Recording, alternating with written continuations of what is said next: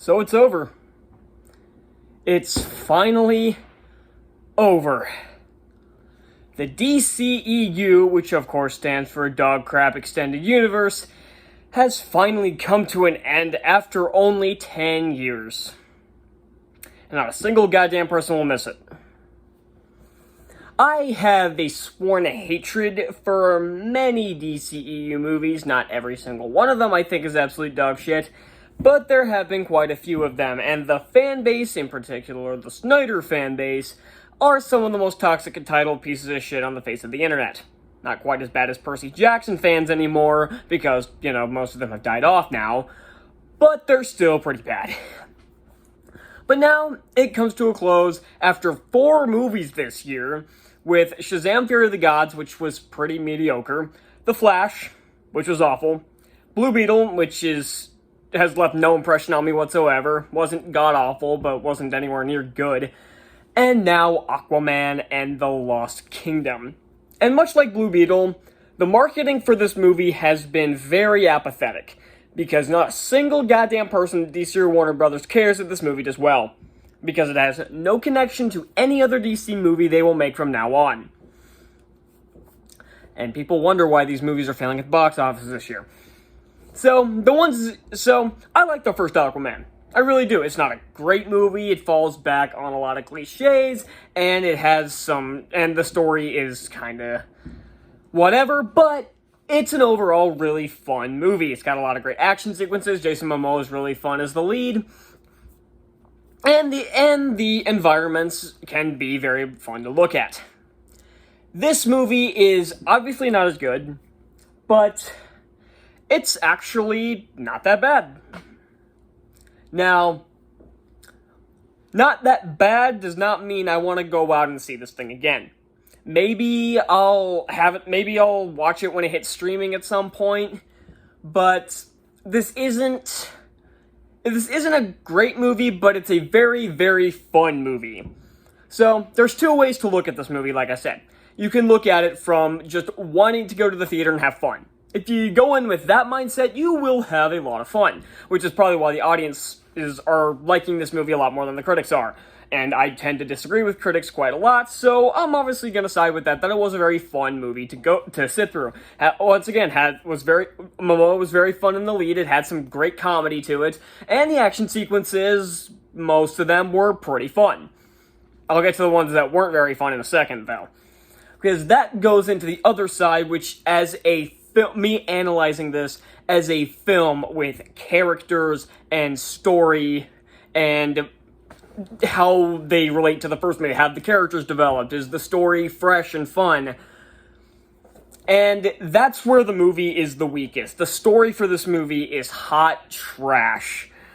But honestly, again, a lot of people aren't going to be going to this movie looking for a deep, complex story. They're going to this movie to see Jason Momoa act like a child and have a lot of fun doing it while kicking the shit out of a bunch of people. And you will definitely get that here, and that is the most entertaining aspect of the film. Like I said, the comedy is actually very well written. I love the banter he has with Orm, and it's nice to see these two work together after being enemies in the first movie.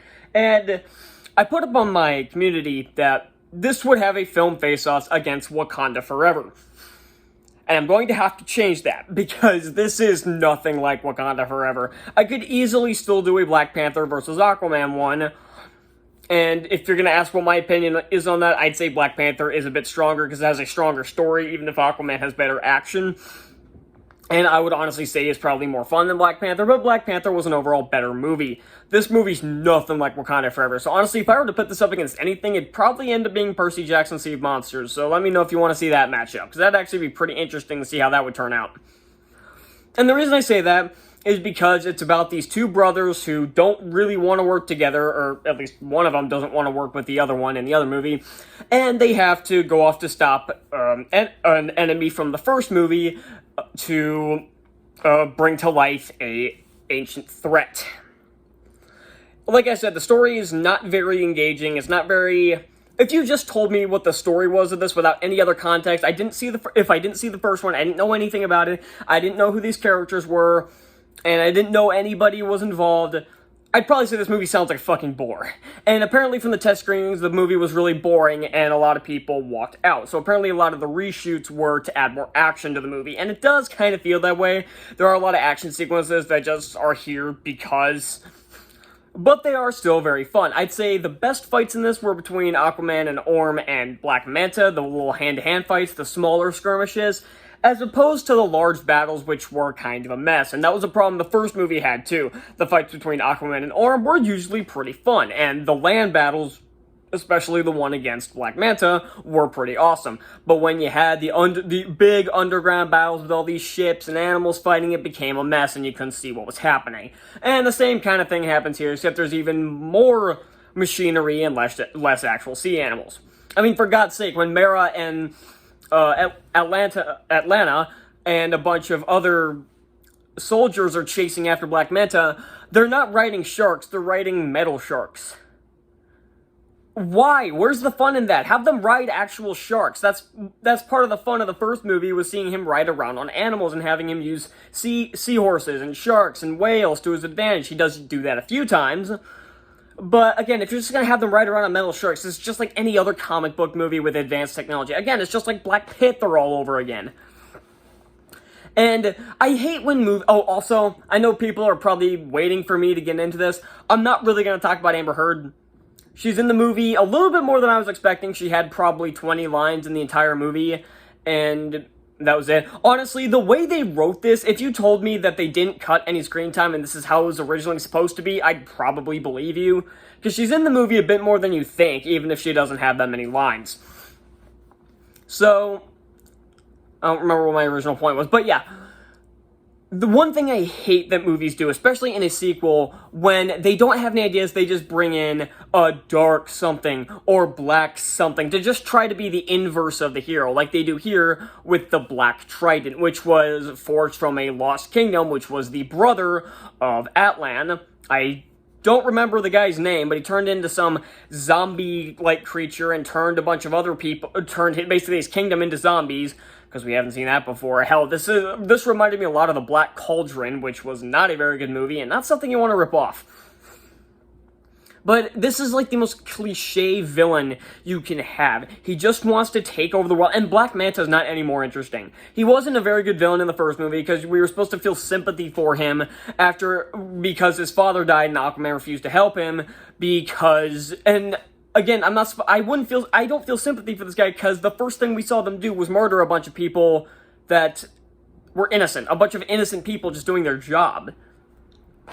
How am I supposed to feel sympathy for this guy? And then he gets absolutely manhandled by Aquaman in a pretty amusing fashion. He's a bit... the thing about this is that he's being corrupted by the Black Trident.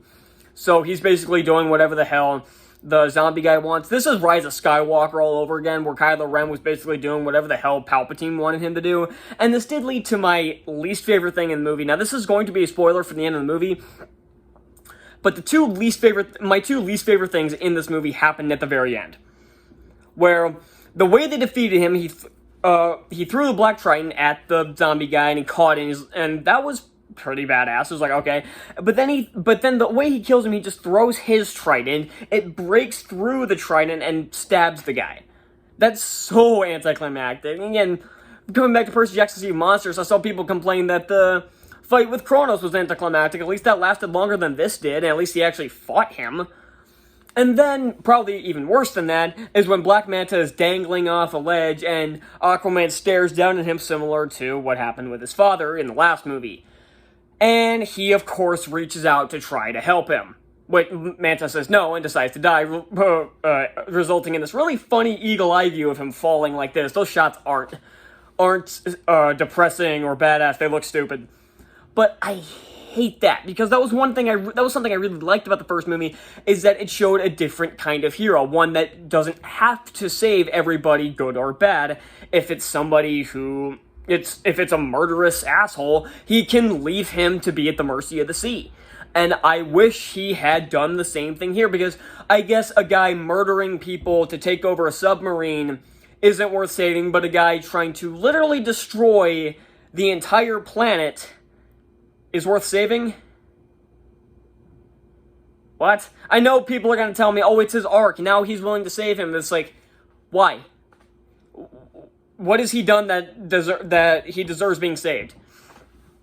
And then, of course, at the end, they reveal Atlantis to the world. There's an end credit scene that doesn't mean shit. It's just there for comedy. It's kind of gross, but it's also kind of funny because it's a joke that was done already, and it was pretty funny. There was one thing I wanted to talk about. Crap, what was it?